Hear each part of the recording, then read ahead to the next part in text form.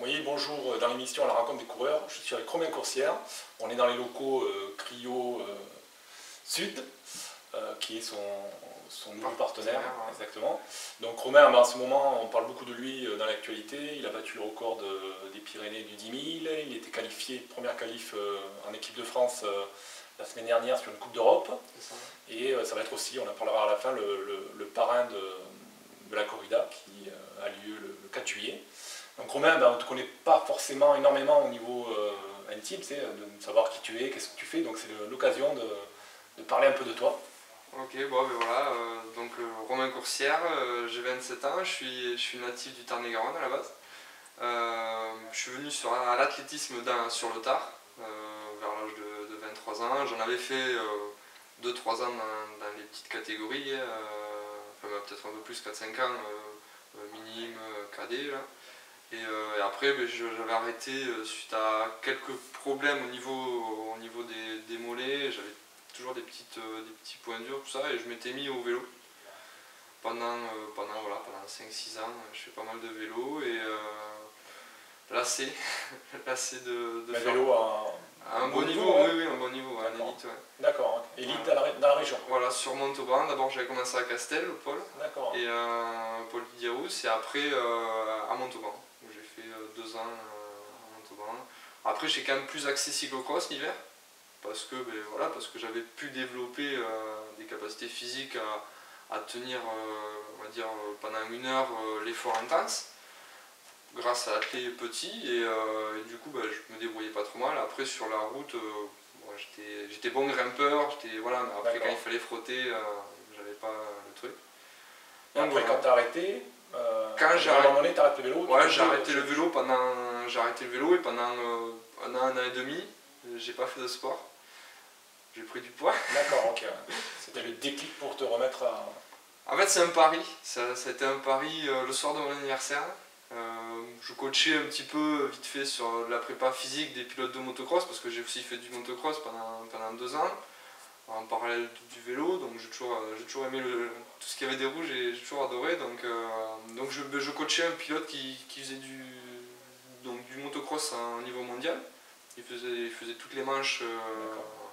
Comment il s'appelle, on peut dire? Valentin Tellier, d'accord, okay. Voilà, qui est aux États-Unis maintenant. Okay, ouais. Qui fait une partie de la saison aux États-Unis et qui revient pour faire l'élite en 450 en France. Donc on a toujours gardé contact. Et donc du coup, il était très très doué, mais sur le plan mental, il craquait vite alors que vu le talent qu'il avait, et souvent sur la fin de manche, il lui manquait un petit truc. Et donc sur un pari, le soir d'anniversaire, je dis pour te montrer ce que c'est d'avoir du mental, sans entraînement, 3 jours après je suis allé faire le marathon de Montauban. Donc c'était la grosse galère. Hein. Tu te souviens, t'as fait combien? 3h02 ou 3, un truc comme ça. C'est pas mal déjà parce que... Oui, c'est très bien, oui, c'est clair. Il n'est pas tout plat non plus. Ah non, il est très très dur et j'ai souffert au bout de 5-6 km déjà, j'avais les jambes... Mais bon, je me suis accroché et dans la tête, comme quoi, avec le mental, on finit. Quoi. Ça, c'était il y a combien de... C'était il y a 3 ans et demi. Ah oui, c'était quand même assez proche. Quoi. Ouais, voilà, la progression après. Donc du coup, après, je me suis reposé, parce que j'étais tellement cassé de par l'effort. Voilà, quoi. En plus, j'ai fait ça avec des chaussures. Ces chaussures, elles avaient 2 ans, enfin, voilà. Et du coup, quelques 4-5 semaines après, je me suis lancé sur le 10 km de Mirabel. Voilà, une course juste à côté de là où j'ai grandi et du coup c'est parti de là. Le 10 km de Mirabel. Good running, ça qui... Voilà, good running, voilà, c'est ça. Donc super équipe et je suis le parrain de la course depuis 2 ans où j'offre mon dossard du Cross West France au premier de la course en France. D'accord. Donc voilà, ça motive les jeunes et je suis très content. Et du coup, après cette course, j'ai enchaîné par le 10 km d'Albi. Où j'ai fait je crois 33 minutes ou un peu moins de 33 minutes. Et là tout le monde me disait c'est super bien. D'accord, c'est déjà un chrono intéressant. Voilà, donc après j'ai appris. Hein. J'ai appris l'athlé un peu comme un peu tout le monde le fait. Dans mon club, on m'a donné des conseils. Au début je courais beaucoup sur que des footings, je faisais très peu de séances. Si c'était des séances, c'était des fois quelques 30-30, des trucs comme ça. Et voilà, et après l'année d'après je fais 30-40. Au passage je suis champion des Pyrénées de cross. Ça c'était quand chronologiquement? C'était en 2011, fin 2012. D'accord, 2012. Il y a 3 ans déjà. 3 ans, 2-3 ans, voilà, juste c'est après. ça. Ça va assez vite quoi. Ah, ça c'est 6 mois après, voilà, je suis champion des Pyrénées de cross. Après la saison, pour mes premiers championnats de France, je fais 67e. En plus, en marchant 2 bonnes minutes parce que bon, j'étais parti trop vite, je suis dans les premiers pendant 4 ou 5 km et après voilà, D'accord. j'ai pas fait sûr. Et après voilà, 30-40 sur 10 km à Saint-Médard. Sur piste, j'ai fait un peu de piste, j'avais fait 14-34 voilà, sur 5000. Et après, du coup, en voulant. Tout ça c'était en travaillant. Donc j'étais bûcheron à la communauté de communes de la Cité Saint-Pierre. D'accord. Donc c'était pas. Voilà, enfin, voilà quoi. Fallait... C'est assez physique pour. Voilà, c'est assez physique. Et plusieurs fois le soir j'ai été cuit, même le dimanche. Mais bon, voilà, c'était comme ça. Je pensais pas du tout une seule seconde à revenir, enfin, du moins à faire de la clé et être à ce niveau-là actuellement. Je me suis dit, bon, le sport maintenant, voilà, c'est pour s'entretenir. Puis en 2012, j'ai intégré le club du SATUC, où j'ai rencontré Yannick. Yannick Carloc, qui est mon entraîneur toujours ça va faire, c'est ma 3e année avec lui. D'accord. Donc au début ça n'a pas été super facile, hein. Ça a été, parce que quand on passe du footing, on va dire aux entraînements, footing, quand on a envie, à des entraînements structurés. Une grosse séance. Voilà. Il n'y a pas forcément des grosses séances, mais déjà se dire, là, tel jour et tel jour, je vais courir, je fais cet exercice qui sort un peu de l'ordinaire. De suite, ça a été des petites tendinites, des petites douleurs, bon, jamais très grave, ça a toujours été 15 jours d'arrêt, des petits trucs comme ça. Mais voilà, je sentais que mon corps travaillait sur quelque chose où il n'était pas habitué. Donc, mais bon, ça a été une année de 2012, ça n'a pas été une grosse année au niveau des performances, parce que je n'ai même pas été champion des Pyrénées, au niveau des inters, je suis 8e, au championnat de France, je fais 90e, donc voilà. Mais bon, je me suis dit, ça fait partie du truc, hein, tous les sportifs ont des petits bobos, et voilà. Et puis après, en 2013, là ça a commencé, cross, je reprends mon titre des Pyrénées, aux inters, je fais 4e. Au West France, je fais 29e, je rentre dans les 30, pas très loin des tout meilleurs français. Puis les France, 21e. 21e en craquant dans le dernier kilo, où j'ai longtemps été 13-14e. France de cross, en ligne armée. Puis après, je me suis retrouvé sans emploi, vu qu'ils avaient arrêté mon service où j'étais, avec les restrictions budgétaires, tout ça, changement de président aussi, tout ce qu'il y a eu, mon poste a sauté et du coup, je suis reparti un an à l'école pour un peu revenir sur ce que j'ai toujours un peu aimé, l'agriculture. Donc j'ai grandi à la campagne, j'ai été gardé 3/4 du temps par un agriculteur, par une femme d'agriculteur. Donc voilà, et du coup, je me suis lancé dans l'apiculture. Bon, je connaissais déjà ça depuis tout petit. C'est ce que je fais actuellement. Voilà. Tu fais quoi précisément Donc je me fabrique les ruches. D'accord. Déjà ça me prend énormément de temps et après je les remplis d'essaims et je fais développer la ruche pour qu'au bout d'un an je puisse récolter du miel comme cette année. Ça t'arrive à en vivre ou non. D'accord.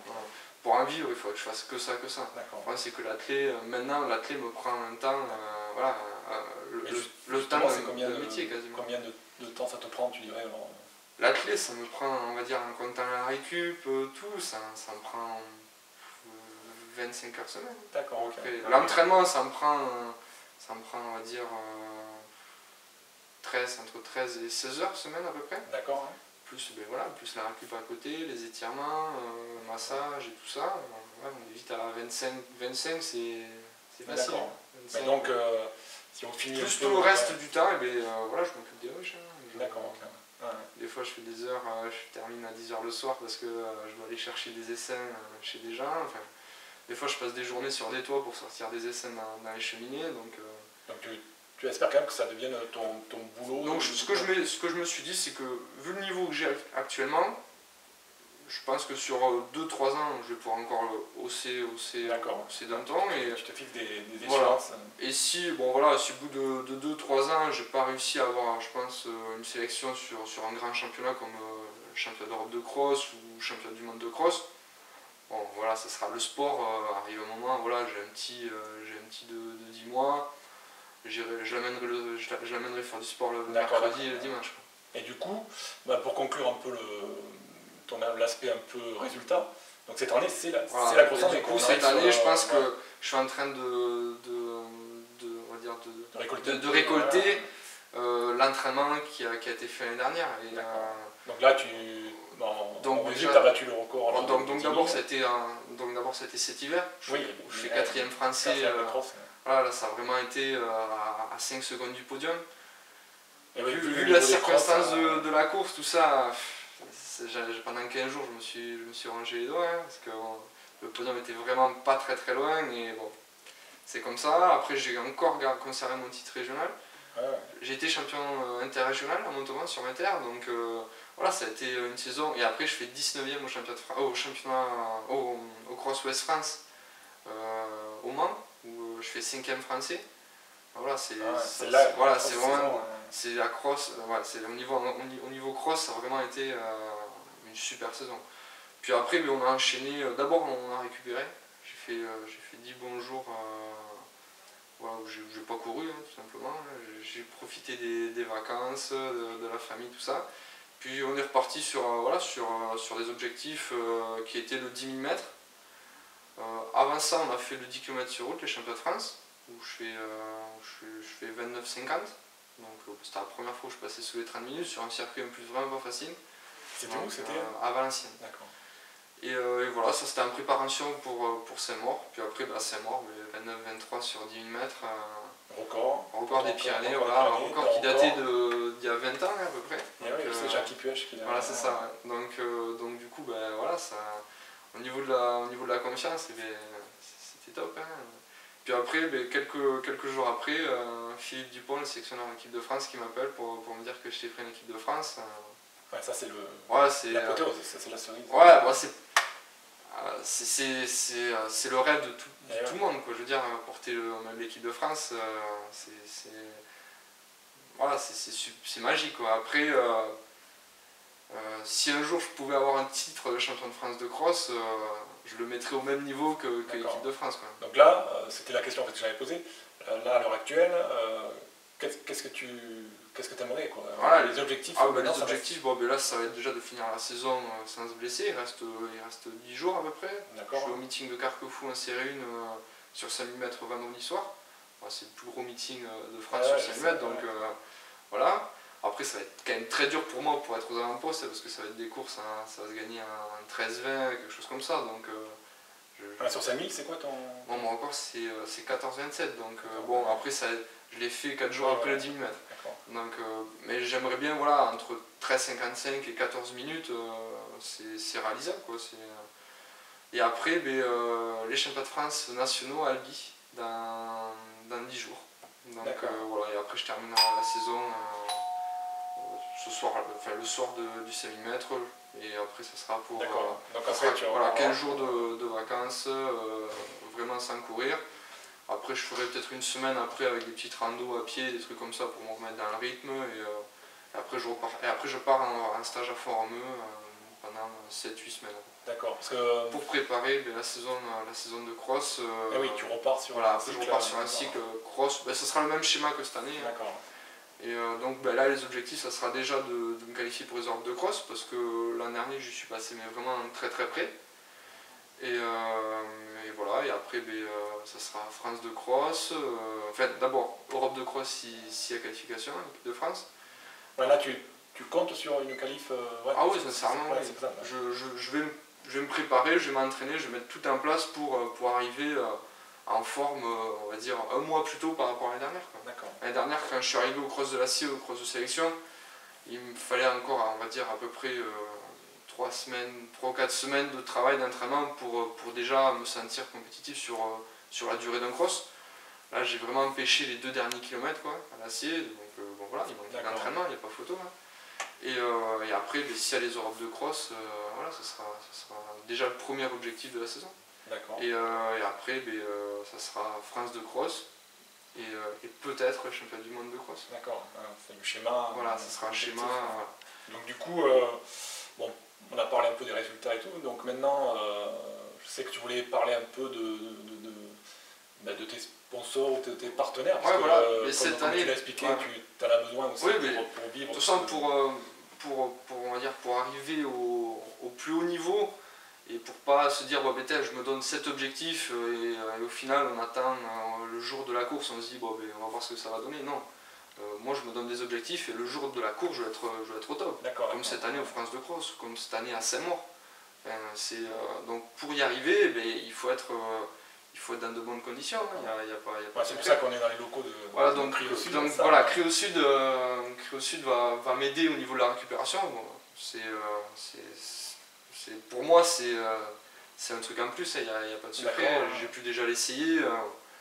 Tous ceux qui l'ont essayé, tous ceux qui l'utilisent au niveau. C'est récupéré par le froid, voilà, le grand froid. Par le grand froid, ça dure 3 minutes à peu près. On se retrouve à moins 140 degrés. Et par rapport au bain froid que tout le monde fait, voilà, c'est multiplié par 4 ou 5 quoi, la durée. D'accord. Donc après, c'est pas peut-être pour être plus fort, mais c'est surtout pour être plus performant le lendemain, quoi. C'est pour se retourner à l'entraînement et pour éviter toutes les blessures, quoi, parce que les gens oublient un peu cet aspect-là, quoi. Les gens se disent, oh j'ai des petites douleurs, ça passera demain. Le lendemain, ils sont toujours les petites douleurs. Oh, ça passera le lendemain. Elles sont toujours là. Puis la petite douleur, elle se transforme en blessure. Ah ouais, d'accord. Et là, t'en rajoutes dessus. Voilà, et c'est ce que moi je comprenais pas quand j'ai attaqué l'athlé. C'est ce que je comprenais pas trop quand j'ai intégré le SATUC. Parce que je voyais les autres coureurs qui étaient derrière moi, mais qui s'entraînaient un petit peu plus. Et je me disais, mais pourquoi moi je m'entraîne pas comme eux? Si je m'entraîne comme eux, je vais être plus fort. Alors que non. Alors qu'il faut d'abord il faut laisser son corps du temps, il faut lui laisser du temps pour récupérer. Et après on arrive à un niveau où pour récupérer il faut autre chose. Et c'est des petits détails comme ça, comme la cryothérapie, comme la diététique, tout ça c'est voilà, la sieste, les heures de sommeil, tout ça c'est des petits détails qui font qu'à la fin, voilà, on est dans les meilleurs français. Parce que les meilleurs français le font. C'est tout. Et pour être dans les meilleurs européens, c'est pareil. Donc tu avais Cryo Sud, donc Cryo Sud, et après Under Armour qui m'aide au niveau textile et chaussures. Matériel, ouais. Voilà, donc là c'est pareil, hein, quand on connaît la qualité d'Under Armour, voilà, quand on m'a dit, quand on m'a proposé d'être coureur officiel chez Under Armour, voilà, j'ai pas réfléchi une seconde, hein. Je me suis dit, voilà. Donc ils ont d'autres coureurs à pied, moi je connais pas. Donc sur route, je suis le seul, et après ils ont quelques coureurs sur trail. D'accord. Un petit mot, donc là on a fait le tour parce qu'on a été assez long du coup. Tu es aussi parrain de la corrida qui a lieu là le 4 juillet, le vendredi 4, au soir. Ça va, comment ça s'est passé? Tu as un bon contact? Oui, très bien.